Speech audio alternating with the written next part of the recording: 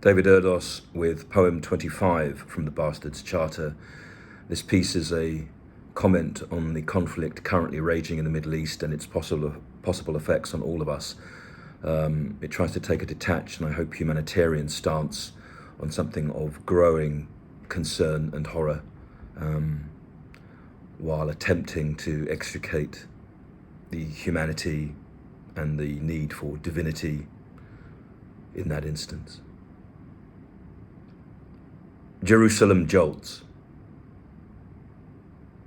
What will Blake say or sing as the walls of Jerusalem tumble, and those of Palestine crumble as it seeks to rouse Israel's fall? As here in England the Jews watch, as kosher shop windows are blinded, their eyes split and shattered, battered beneath hatred's calls, as a prospective Kristallnacht nixes both. Would that it were unexpected, for the end of the world has been written right where it has been believed it began, in a so-called sacred space, shared by at least 3 religions. But this new surge of conflict has not been granted by God. It's all man, as well as woman and they. Although surely in Palestine now, there's no pronouns. Only the victims, worsening as they bleed, and every country is cut. Each diaspora will be damaged unnaturally by this action, once more inviting the hatred outsourced under Nazis, and from which political reproach will soon feed. Israel does not speak for me. My homeland started and ended in Eastcote, a northwest London suburb back in the old century, with my parents and Nan, and troublesome days unimpeded by anything pressing. Families can be fractious, but for my first 13 years, things felt free. And the 70s were not all that far from the 6-year stain stopping promise. It is fear of that feeling, or that type of thought, which now jars. And we are not all the same. Jewishness, apart from Orthodoxy's bind, is a feeling. And I feel no allegiance to a patch of land, sea and pasture which may as well be on Mars.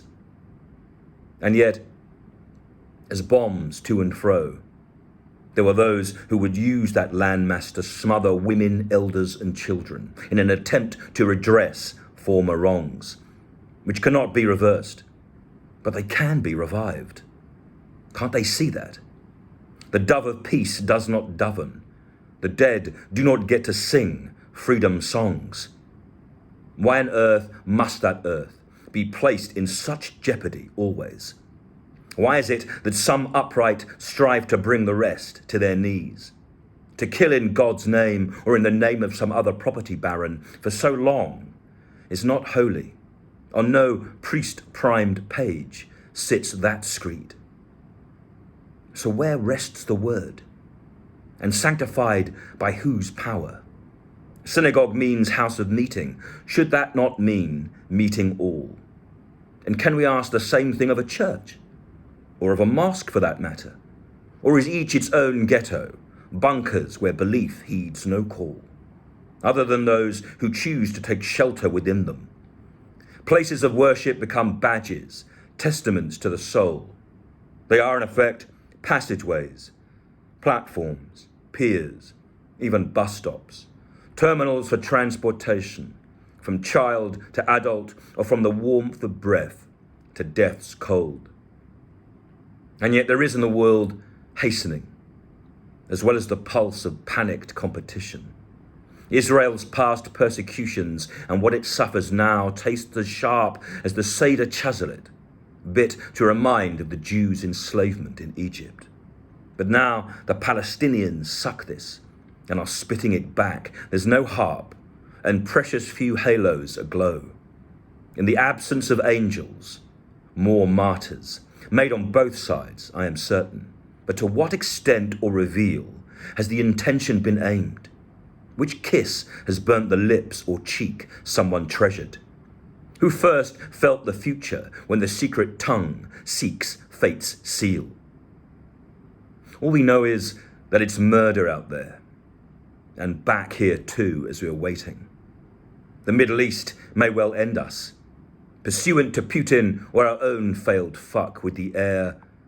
The world may not be at war, but the world is war. Blame the Bible, or those misreading some other book, should they have one. What has been written still reaches those straining for stars. Whose hands care? I feel mine fold in prayer, and I am far from religious. But I hope to Christ someone stops this, or stops them, or us. Clouds, beware. David Erdos, the 12th of October, 2023. Go in peace.